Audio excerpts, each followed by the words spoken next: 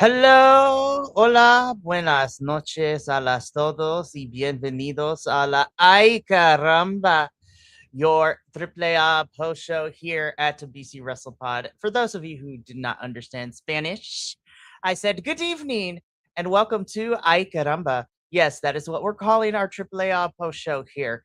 It was going to be El Gordo y El Blanquito, but I decided to go with Ay Caramba, but spell it with three A's. No, no, no. I like El Blanco y El Gordito. Yes, that is going to be our alternative names. Or I need to change my thing then. So, I am El Gordito, also known as Mikey El Jefe of BC WrestlePod, and joining me this evening on our debut AAA post show, we have, of course, El Blanquito himself, the Polite Father, also known as Kilt Man across the socials and the internet. I'm excited to have him here. And we are finally here. We've been talking about it for the last couple of weeks, but to welcome to the official AAA post show here at BC WrestlePod. We are now going to be talking about some AAA stuff, which is going to be lots and lots of fun. And dare I say, man, what a first show to start talking about it because we are here tonight to talk about the Noche de Los Grandes. So we're here to talk about week 1 and week 2. Now that both weeks have decided to air in its completion, we're going to talk about all the stuff that we got. And yeah, man, this is going to be fun. Before we get into all the action though, really quickly to talk about everything else, really quickly for our intro. Y'all, you already know where you can find us when we go streaming live. We're pretty much live every single week, all over your favorite streaming platforms. You can maybe pick between those to look at. You could also check out our social medias at BC WrestlePod for report cards and other fun stuff over there. We got some merch, bcwrestlepodshop.fourthwall.com. And last but certainly not least, we have a coffee that helps us pay that if you feel obligated and feel inclined to donate to help us help pay for all the stuff that we're going to be doing this summer, please feel free to do so. That will be happening in the chat ever so often, but it is okay. We love you, even if you can't, and you being here is enough. Alrighty. So let's just get into it because we got lots of things to talk about. And yeah, let's get this show under the way. So, we're going to start off with week 1 of Noche de los Grandes, which saw 4 matches. And we're going to talk about this first one here, which is for the AAA Cruiserweight Championship. So, of course, this saw the champion going into the match, Laredo Kid, defending the title against the challenger in Rey Fenix. Now, this match was particularly made because on a previous episode of AAA, we had Rey Fenix go up against Laredo Kid for the championship. And due to some shenanigans and some dick punch cities, Laredo Kid was able to retain the championship. And newly named AAA GM Rey Mysterio didn't like that. And so he made the match official that at Noche de los Grandes, we would get a rematch where Rey Fenix would get another shot at Laredo Kid's AAA Cruiserweight Championship match. Now, I really like this match. I thought this was a really smart way to open up the show because you have your cruiserweights going at it. Laredo Kid has held this title for 400 and some odd days, which is a really long time. Rey Fenix, of course, the brother of Penta, was and has tied deep roots in Mexico in general, but also in AAA as well. So the crowd is immediately behind him. This was a lot of fun. I thought this was really cool, high flying action. And again, we saw the dick kicks and the dick punches, but it would not be the same results because Rey Fenix would ultimately use the exposed turnbuckle that Laredo Kid was trying to use beforehand to get him and allow him to pick up the championship win. So some really fun stuff. Kilt, how did you feel about the AAA Cruiserweight Championship match? Oh, I loved every moment of this. This was a great match. I absolutely just it was such a great minute. And one thing I kind of wish um, I'm trying to fix my burrito because my feet are cold. Um, while I'm trying to troubleshoot issues with a Bluetooth setting. Um, this was a great match, and I kind of wish they would bring the cruiserweight back over to the main roster as well. Because I think it would be, yeah, it's okay. It's another belt, but think about it, how stagnant they are right now. They have so much that they're doing, and really, it's kind of like mostly fluff. Um, because for some reason, Triple H decides that he wants to do the slowest of slow burns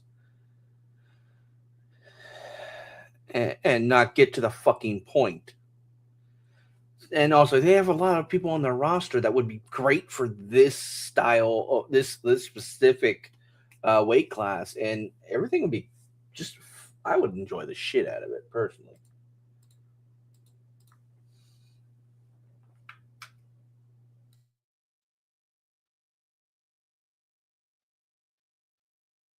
Mikey, you're muted. Sorry, 100% agree with you. There is a lot of cruiserweights if you really want to go by weight class in main roster and even in NXT to a certain extent. It seems what AAA is going to be doing is that they will probably bring some of the WWE stars over ever so often to compete in AAA. I mean, we've seen some of the NXT folks come on down here when we get to night 2 of Noche de Los Grandes. Of course, we had an NXT champion and a main roster star team up with one of the AAA girls down there. And I can't believe I'm saying this. I had this conversation with Nick as well as Matt and Sean. So shout out to the R3 friendos. Love them dearly, and I'm excited to do stuff with them over the summer. But I was telling them that it's amazing and crazy to me that AAA, which essentially is under the umbrella of WWE, between them, Evolve, NXT, and main roster, the fact that they are under the same umbrella, but the presentation and the creative is so vastly different. I'm just like, now I don't want to say it's all on one person, but shout out to Undertaker for being the general for like being the creative force behind AAA right now. So I love it.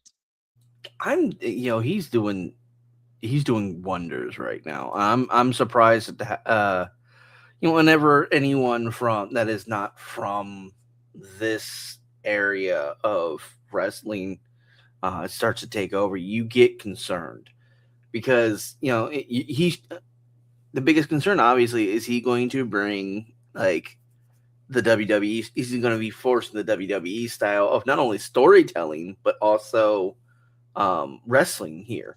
And Mhm. so far, it looks like just basically let him do whatever.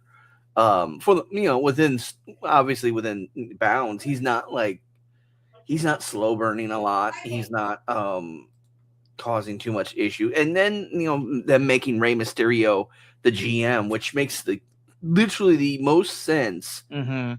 they could do outside of putting Ray at hi mama.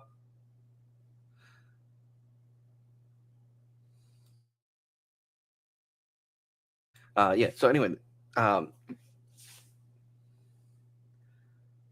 my brain farted. Give me 2 seconds. But yeah, instead of putting Ray in charge of creative and everything like GM wise with AAA, this actually makes as well sense. And I'm glad that Mark Calloway, who's the real name of Triple H, uh, he he's doing really really good. Shout out Undertaker. That Seriously. why did I say Triple H? That's Paul Levesque. Yes. Mark Calloway is Undertaker, and That's I'm loving everything he's doing.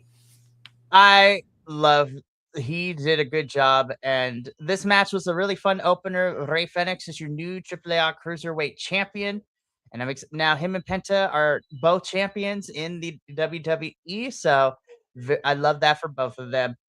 Hopefully, we'll see them as tag team champions together in the near future. But moving on, From this opener, we get into our second match, which was for the AAA Latin American Championship.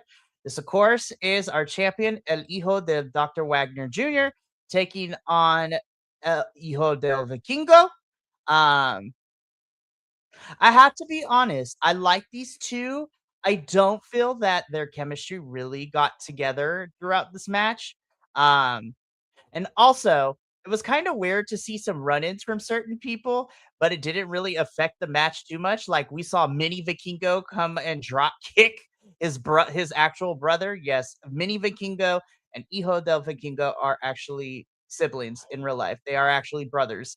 So I thought that because Hijo de Vikingo was put Mini Vikingo out of commission for a couple of weeks, and I thought that would affect the match, but it didn't. Also, Omos was here and he caused a bit of distraction. We had, Galeno try to come in to help out his brother, Dr. Wagner Jr. Um, I feel like there was just too many things and it didn't really coalesce into a cohesive piece from beginning to end. There were parts of this match I did enjoy, but I felt like because of too many run-ins and like I felt like sequences weren't as clean as I hoped that they would be. This match was just all right. The end result is Hijo del Vikingo is your new AAA Latin American champion, which should make some interesting programming moving forward. But yeah, I thought this match was all right. It wasn't bad. It was just, but I felt like it never got into second or third gear for me personally. Kieltsa, what did you think? I have to agree. Actually, I didn't realize that. I thought they were like either related, like the cousins or like nephew or uh, child or whatever. I didn't realize they were siblings. But with that said, I did like the run in with Mini Vikingo. I thought that was pretty cool. Um, God, I want to talk about him a little bit more, but we'll wait until night two. Um, he this was yeah, as you said, it was really slow paced. I'm not 100% like I didn't really like it. I wasn't completely sure on the storytelling. It felt off, and it felt like this was kind of like um a forced conclusion. Like you had so many run-ins and so many distractions, and then it's like, oh well, he's still lost. Like that don't make no. It just to me, I wasn't fully not invested. It just felt confusing a little bit, just a little off.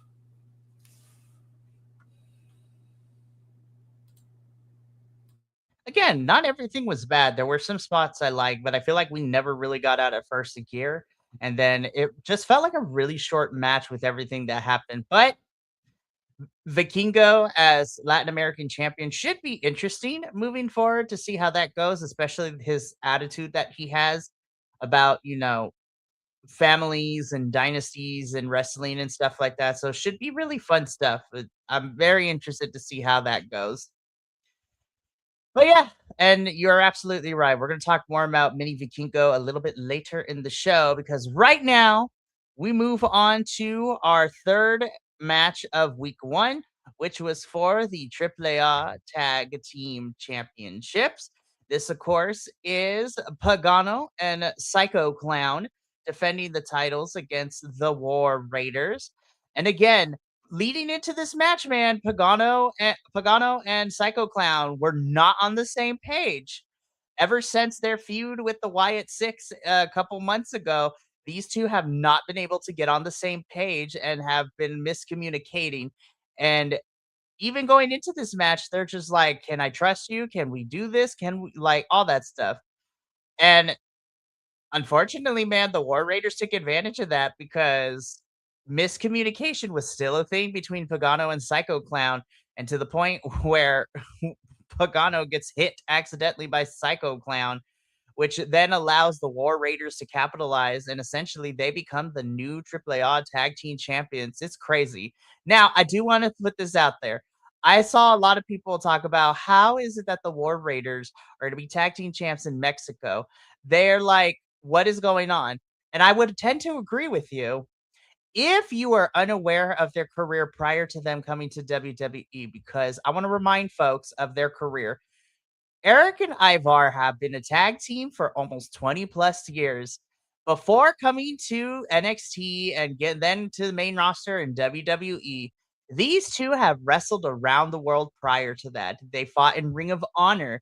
They've been to Progress in the UK. They had a small stint in New Japan. Like they have wrestled around the world before coming to NXT Black and Gold and then to main roster. So I need folks to not forget that history between them. So I'm here for War Raiders becoming champions in Mexico because they have been wrestling around the world for 20 plus years and they will be fine, honestly. So I need people to calm down. One other note about these guys. If I'm remembering correctly, they have won every single tag title in every single uh, I want to say division, but it's every single company they've been a part of. Mm-hmm. I believe, if I'm remembering correctly, because I know they won main roster for WWE. I believe they had it for NXT. I'm not 100% sure. I knew they had it for New. What's up? They were tag champs in Progress and tag champs in New Japan too. Yeah, that was my next step. Was New Japan and then Progress. These people, these two guys of amazingness, have been tag champs in every single company they have wrestled for, to my knowledge. Now, granted, I could be wrong, and that's fine. I like being wrong because then I get to learn. But these guys are amazing. They're muscular, they're physical. They, you'd think that their style of wrestling that might not mesh well with Lucha, but it did, and it worked really, really good. And this match, I enjoyed the crap out of. This was for night one. This was definitely tied for second because match 1 and match 3 are like right there. Mm-hmm. There were things that were better than in one than the other, and then there's things in the other that were better than the one, and so it's like they're like right there. Mm-hmm. Obviously, I don't have to say which is the best match because we know which is the match of the year. Period. Don't care what. Oh, you mean this next one we're going to talk about? But really quickly, afterwards, Pagano and Psycho Clown are fighting. Pagano leaves. Psycho Clown gets beat up in the ring by the War Raiders. Pagano thinks about it and then he just leaves. So we're going to continue this dysfunction. But I'm just going to leave this graphic up here because, again, this is where that earlier statement I made that with the AAA underneath the same umbrella as all the other like main roster NXT Evolve and all that, how is it that the creative is so different where for WWE standards, because this was the best feud and the best match for WWE across any of their shows so far this year. My God, what a match. This is Mascara por Mascara, Mass versus Mass. This is the Americanos fighting each other. So this is El Grande Americano taking on Grande Americano Original. Everybody else has already talked to death about this over the last couple of weeks, but I'm gonna say my piece. This is the why can't we get this on every other WWE show, specifically main roster? Like, what the flip? Now, I will say though, I don't know if it was partially because the crowd was in France yesterday for Monday Night Raw, but I wonder if main roster creative was like, damn, people are taking a doo doo all over main roster and talking about AAA. We should probably step our game up because Monday Night Raw last night was actually a really good show.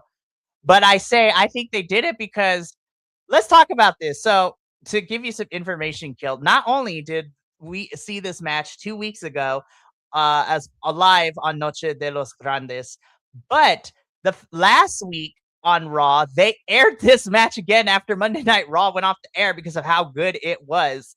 And I'm just sitting here and I'm just like, why can't we get this level of storytelling and matches on flipping main roster?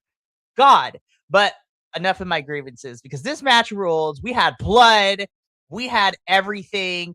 We had lots of returns and run-ins. Like Pimpy came back, and I love her so much. Pimpinella, I love her so damn much. She came out. We had Grande Americano's homegirl show up, like her novia was in the crowd. We had bull whips, chairs, tables. Like this match had Freaking everything. Rio dropping 20 feet off of the bleachers. He jumped off the side of the freaking Phototron. Like, he can't. That was. That's a long ass fucking drop. It really is. And I have to say, shout out to the Monterrey, Mexico crowd, man, because they made this match even better. Like Oh, their yeah. energy the whole way through. This did not feel like an hour match. Like I was invested from beginning to end, and my God, this match ruled, and definitely in my top 10 at least for this year. Definitely going on my matches of the year. Oh, this is my match of the year. Mm. In story, in argument, you could find any which way to say otherwise. No, this is the match of the year. You had so many good moves. You had so many good spots. You had a lot of storytelling prior to the match. You had a lot of storytelling during the match. You had a lot of storytelling after the match. This match will shape the rest of the year, and it literally, I can't talk enough about this, how great this is. This was so good. Chad Gable did an amazing job in his part. From what I understand, uh who was it? Uh, uh, uh Pete Dunne produced the match. Yep, he did. And I was like, oh my God, yes. If that's the level of matches that Pete Dunne is producing, I need him to do more. Fucking give me more Pete Dunne matches. Like, This holy crap. this particular show, with all the people that were on our screen and all the people behind the stage, again, it tells me, why isn't this level of creative what we are getting on our regular main roster shows? Like that is insane to me that we can get this in Mexico and AAA and in this company, but main roster can't give us the same thing. I was just like, I don't know how much of it is because I feel like Raw and SmackDown have to answer to TKO, and I don't feel like AAA is on the TKO radar like that. But my God, this match is definitely, now, because I watch everything. I'm not going to say this is my match of the year, but it is in that contention for me so far, and we're halfway through the year at this point. Like this match and another match that I watched in March so far are going up against each other for my match of the year when we get to our year-end podcast this year. But El Grande Americano wins.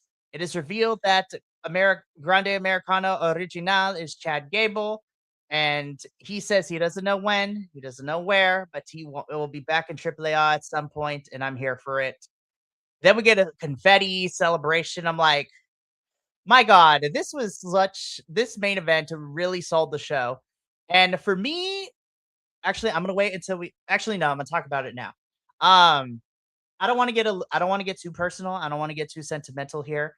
It's my show though, so we're gonna do what we want. Um, for me personally, and this is as a result for Nick and Matt and Sean, who don't follow Lucha Libre in general, like I do here with CMLL and now with us covering AAA. To hear them fall, like telling me and texting me, like them falling in love with the Lucha Libre culture, the Mexican crowd, like the energy, the pageantry, everything to that. Um, my God, I promise I wasn't gonna cry. Um, it makes me super happy as somebody who loves his culture of being, and especially being a Puerto Rican and Mexican kid growing up here in the United States during these times. It really makes me happy to see that the art of lucha libre is still one of those things that people can find love and a passion for, and newer people who are getting into it appreciate everything and see it beyond like the stereotypes that we see with our luchadores on main roster, and the fact that is that lucha libre is alive and well, and it can be presented in a way that's not a joke, like we have seen WWE do with the luchadors for so damn long. So that is my TED talk. If I keep going, I will cry on stream, and that's not what we're here for. I mean, no one's given us enough sub subs on Twitch to make me cry. So, but I do want to remind you one very important thing, sir. Mm-hmm. Considering what time it is and what today is, make sure you go vote Yes. for Mr. NXT.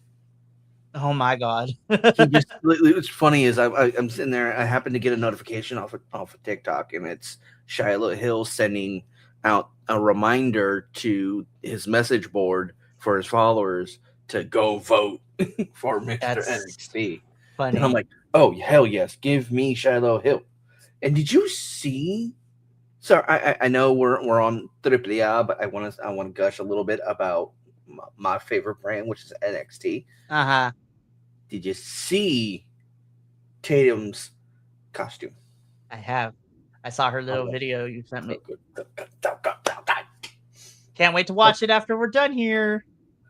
I'm probably gonna watch it tomorrow You because should, yeah, because we got a show tomorrow. I know we have the show tomorrow, but I'm gonna watch it tomorrow so that way I can just after this I can either decompress with some more video games because I just got something that's actually really really cool and actually enjoying the crap out of it, um, which we'll go into in another stream. All right, but next, Yeah. High point of the 2 weeks, favorite match of the 2 weeks. Yes. All right, let's get into week 2 really quickly. This was a little bit of a shorter episode, easier to go through. So first and foremost, we had a fatal 5-way match. This was a number 1 contenders match to see who would be the first challenger up for the AAA Cruiserweight Championship.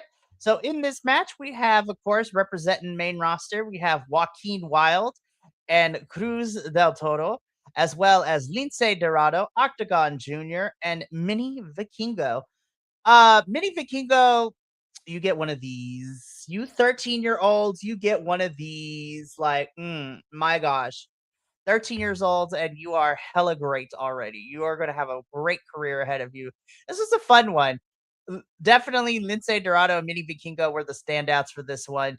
And it really did come down to those two, but Lince Dorado would win, and he is the number 1 contender to challenge Rey Fenix for the AAA Cruiserweight Championship in the near future. This is a fun fatal 5-way. yeah, this from what I could see because I mentioned this off stream, but when I tried to watch it back today to make sure that I caught everything, every 5 minutes, if not 3 minutes, YouTube kept going ad, ad, ad, ad, literally in the middle of someone coming out, in the mid, like 2 minutes into a match. Like I'll be like, okay, cool, ad. Are you fucking serious? Skip. It's like and Mini Vikingo, fucking phenomenal kid. Like I 13 think years Ray old, said Hilt. he's the first time he got in the ring was 4 years old. Yep. I'm like, this kid, dude, adult, whatever the fuck he is, holy shit. He is 13 years old, Kilt. And like people don't believe me when I tell them this, but like true luchadores and luchadoras in Mexico, like when I tell them that they think I'm joking, no, these kids start out as soon as they're able to walk and have somewhat of hand-eye coordination and are able to coordinate their bodies. A lot of these wrestlers start training like when they turn 6 and 7 and 8 years old. Like they start young. Yeah. When this guy can, because again, we get into that weird gray area of child labor. Gray area. Anyway, when this guy is able, I want to see him, the youngest OG and the youngest in charge, in the 3-way. Yeah, Mini Vikingos, Leon Slater, Javon Evans would slap so hard. I would retire from wrestling commentary. Like, I have seen it all. I'm good. I don't need to see anything else. And then someone will say something cool like a Stairway to Hell match, and I'll be like, okay, I'll be right there. No, but this was a fun fatal five way. Lindsay Dorado will be challenging Ray Fenix in the new future for the title. So moving on, we did get a little bit of a small little press conference with our general manager of AAA, Rey Mysterio, and he talked about how great the mass versus mass match was and how it was great.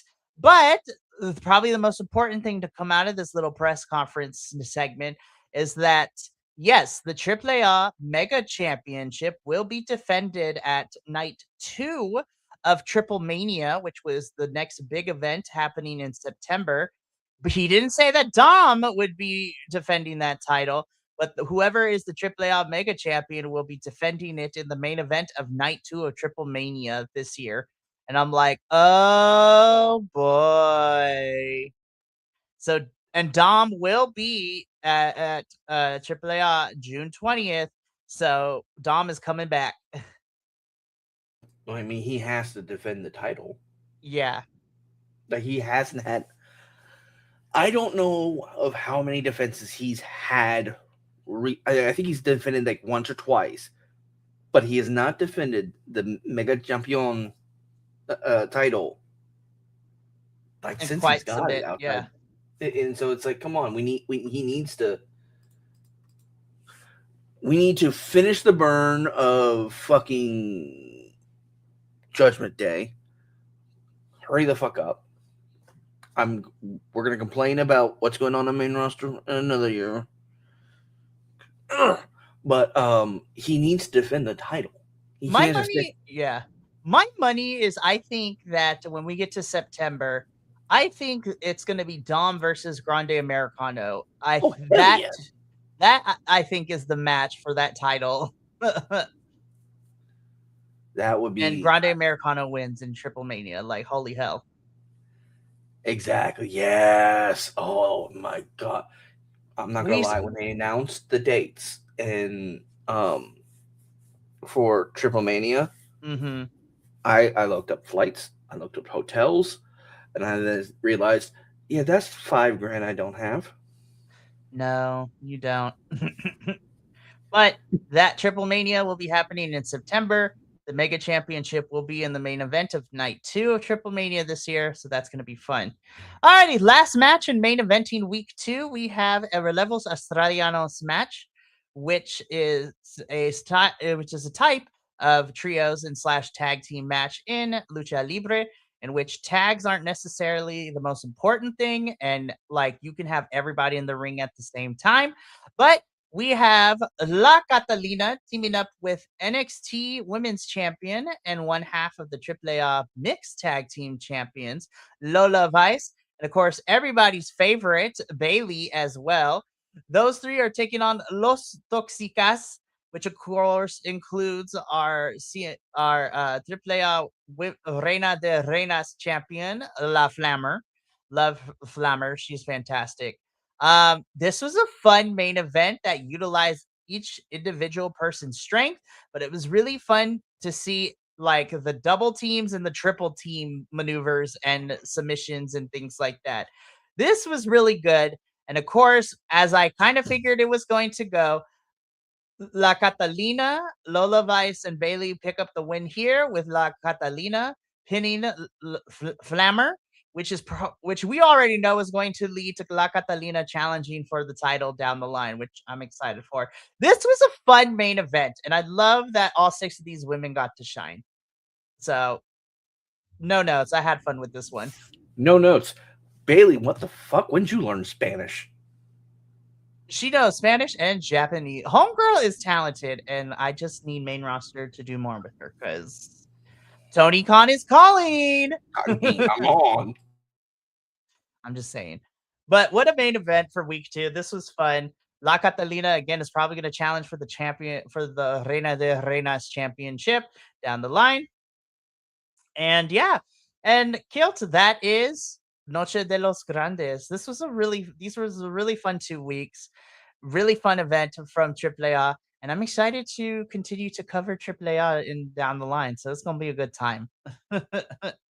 So, but yeah, I'm excited.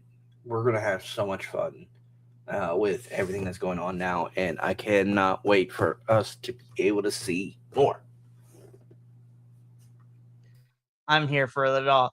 But that is going to be it for the Ay Caramba post show here. So before we get up on out of here, just to let you know that we have a stacked week ahead of us. Tomorrow night, we are back to our regular double feature schedule. Of course, we have NXT at 5:30 p.m. Pacific, 8:30 p.m. Eastern. And then at 8 p.m. Pacific, 11 p.m. Eastern is our CMLL post show. Then on Thursday, another double header. Benny and I will be here to talk about some Mystery Wrestling 26. And then I will also be covering Progress Wrestling's Chapter 195, Wonder Brawl 2, which is the first show underneath our new Progress Wrestling owners of Big Damo and Nikki Storm, formerly known as Nikki Cross of WWE. So the real life husband and wife duo purchased Progress Wrestling not too long ago, and I will be talking about how their first show as the new owners of Progress went. We got new champions, we got some fun matchups, and I'm going to be here Thursday night talking about it.